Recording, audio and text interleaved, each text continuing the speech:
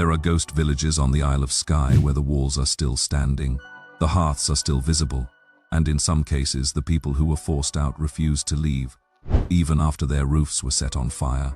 Not metaphorically, actually set on fire. And that is just number 9 on this list. Skye gets about 3 million visitors a year. Most of them go to the quiring. Most of them go to the fairy pools.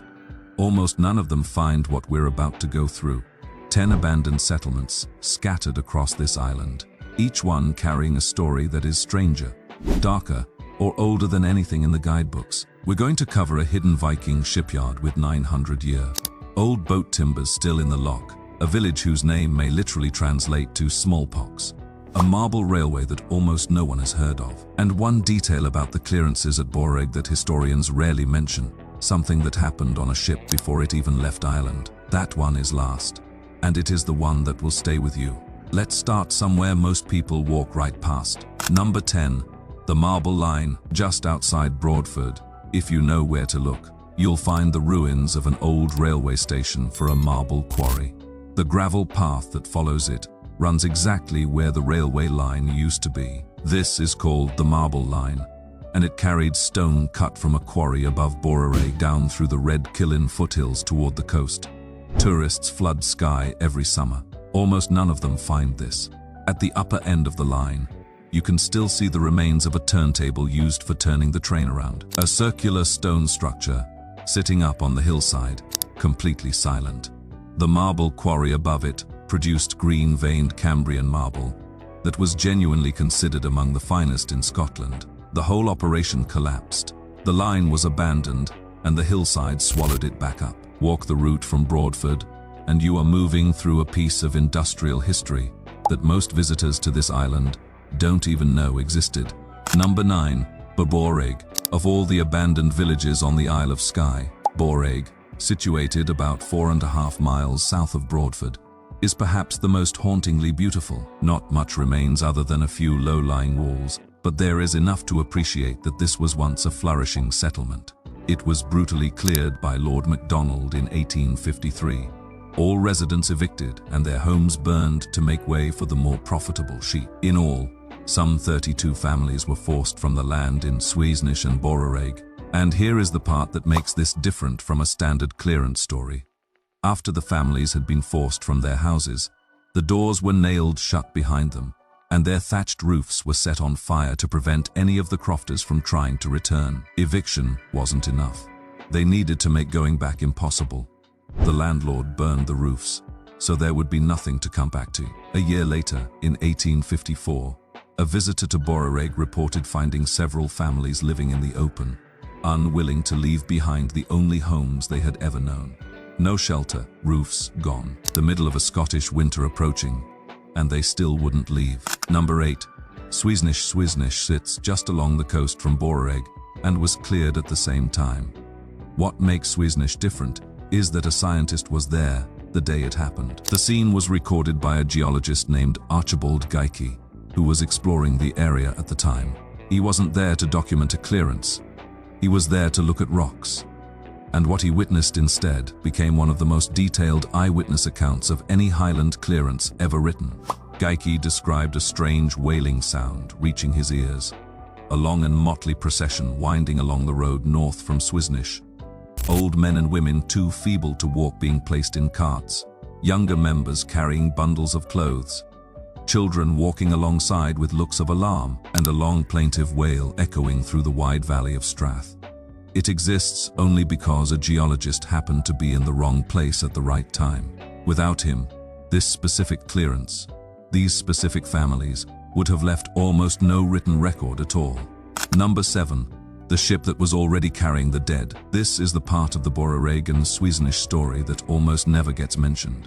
The cleared families were allocated berths on a ship called HMS Hercules, bound for Australia before the ship even reached Ireland. Fever broke out on board, people were dying. Word of this got back to Skye, back to the remaining families still waiting to be removed.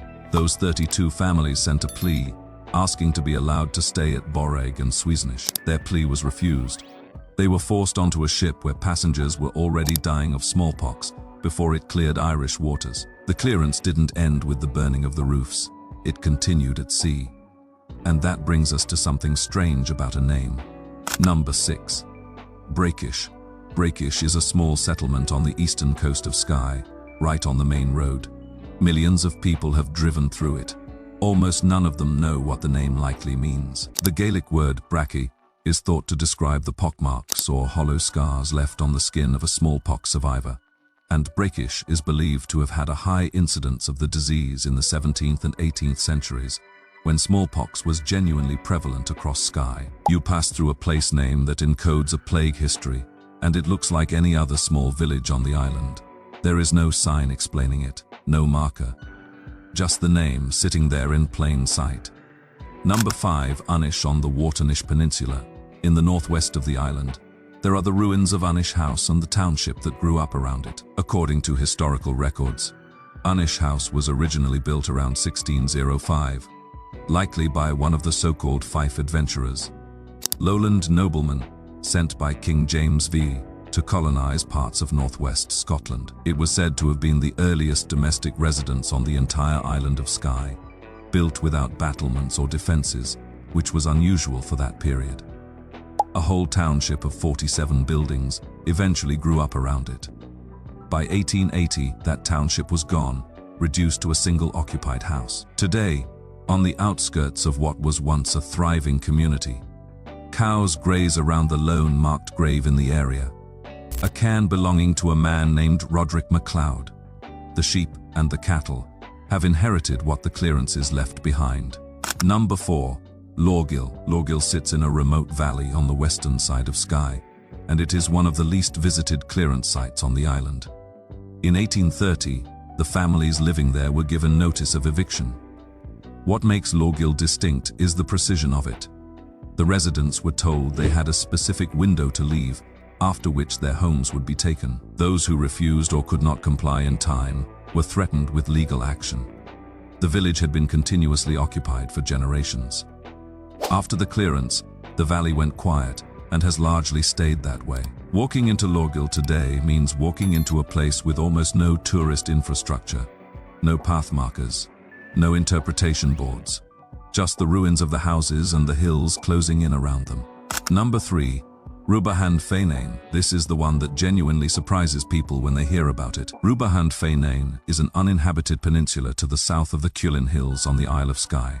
It contains unique archaeological sites, which in 2017 were designated as a historic monument of national importance by Historic Environment Scotland. It had been known for some time that an artificial canal, reputedly of Viking origin, had been constructed along the length of the stream that runs from the loch to the sea. In 2000, a local archaeologist discovered in the loch a boat timber from a Norse-style clinker, built faring subsequently, carbon dated to AD 1100, 900 years old.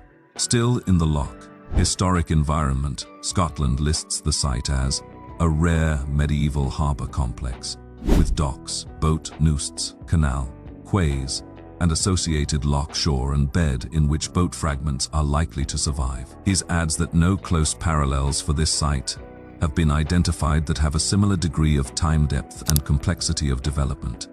There is nothing else like this in Scotland, and the people walking the Quillen Trail nearby have almost no idea it exists. Now, here is something worth pausing on, because the story of who was guarding this shipyard and why they stopped connects directly to the next entry. Number 2. The clan whose entire purpose was made illegal overnight. Clan MacAskill's birlins served Clan MacLeod as protectors of Skye's southern seaways, until the prohibition of private navies by James I. Favey under the Statutes of Iona. In 1609, that single piece of legislation made their entire reason for existing at Rubha and Dùnain illegal. The shipyard, the canal, the watch, all of it became irrelevant in a stroke of the pen. In the post-Viking era, Rubha and Dùnain had been the hereditary homeland of Clan MacAskill, a sept of Clan MacLeod, for whom they were coast watchers and bodyguards.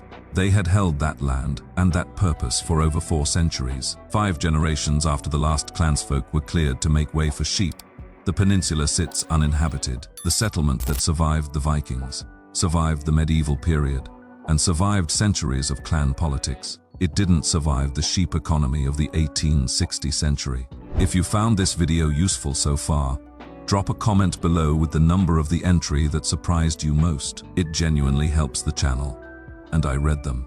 And if you want to go deeper into Scotland's hidden and abandoned history, there is a video right after this one that covers sites most people don't know exist. Number 1.